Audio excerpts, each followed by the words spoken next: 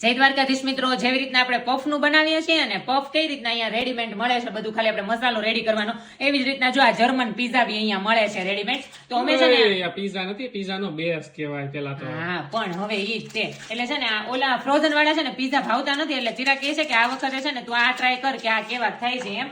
એટલે આ છે ને મેં લઈ લીધું છે અને આ છે ને બધા એમ કેતા હોય છે કે મસ્ત આવે છે એમ, કેમ કે હું આ યુઝ નહોતી કરતી, આની પહેલા કર્યું હતું ને મેં એકવાર યુઝ.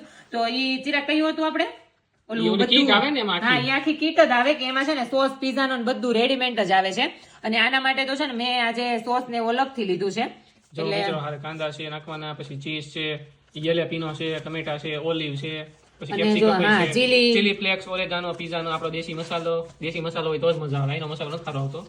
આપણી પેસ્ટ છે ટમેટાની, કેમ કે ઈ તો નાખવી જ પડે તો જ પીઝા મજા આવે ખાવાની. અને આ છે ને બહુ મસ્ત આવે છે, કેમ કે આનું ઓલું છે ને આગળ આવ્યું હતું ને આપણે લીધો તો ચિરાગી, બહુ મસ્ત હતો. એટલે ચાલો છે ને બધું આપણે ઉપર નાખી દઈએ ને પછી તમને બતાવીએ પીઝો રેડી થઈ જાય ને. ઓલિવ, જેલેપીનો, ટમેટા, મકાઈ બધું નખાઈ ગયું છે, ચીઝ બાકી છે, થોડા ઘણા બધા મસાલા હોય ઈ. મિત્રો તમને ઘઉંના લોટના તો પીઝા બતાવ્યા, ઘઉંના લોટના પીઝા મસ્ત જ બને છે, બેઝ મસ્ત બને છે, કાંઈ ન ઘટે, ખાવામાં સારા છે.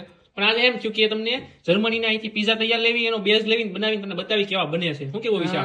હા, એટલે છે ને મિત્રો આજે ઈચ્છા એવી હતી કે છે ને આજે રજા છે ને તે ગેસ નથી ચાલુ કરવાનો, ગેસની આજે રજા આપવાની છે. હા, ગેસની આજે અમારે રજા છે અને આજે ખાલી ઓવન જ ચાલુ કરવાનું રહેશે. હજી ચીઝ થોડુંક નાખવું પડશે, પાછું હું ખમણી લઉં મિત્રો ફટાફટ. તમે ખાલી મિત્રો ખમણી નાખીએ, લાઈવ ચીઝ ખમણી હો ભાઈ. તમારે ચીઝ ખમણી ખાવી કહી દીધું.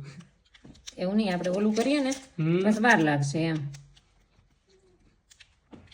ચીઝમાં કઈ વાંધો નથી, મજા આવે ખાવાની, એનું ચીઝ હતી.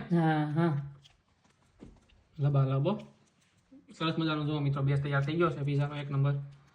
હવે આપણે થોડી વારમાં બેક કરીશું અને તમને બતાવીશું જર્મનીના તૈયાર બેઝનો પીઝો કેવો બને છે.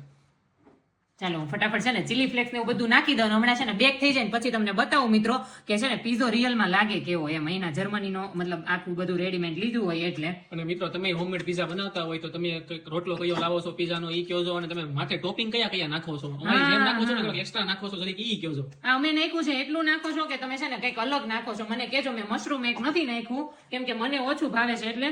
પણ મિત્રો તમે છે ને મને એક કોમેન્ટ કરવાનું ભૂલતા નહીં, તમે હું નાખો છો. અમે તો એટલું નાખ્યું છે પણ તમે જરૂર કહેજો અમને, અમને ખબર પડે નવી નાખતા હોય તો અમે નેક્સ્ટ વિડીયોમાં ટ્રાય કરવી નાખવાની.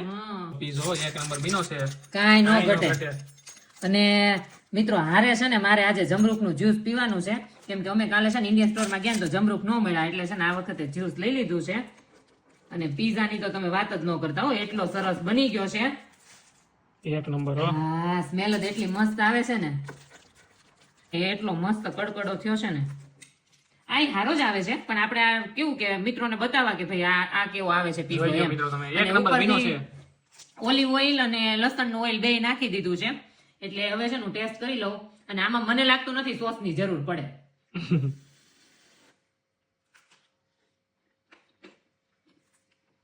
બહુ ગરમ છે.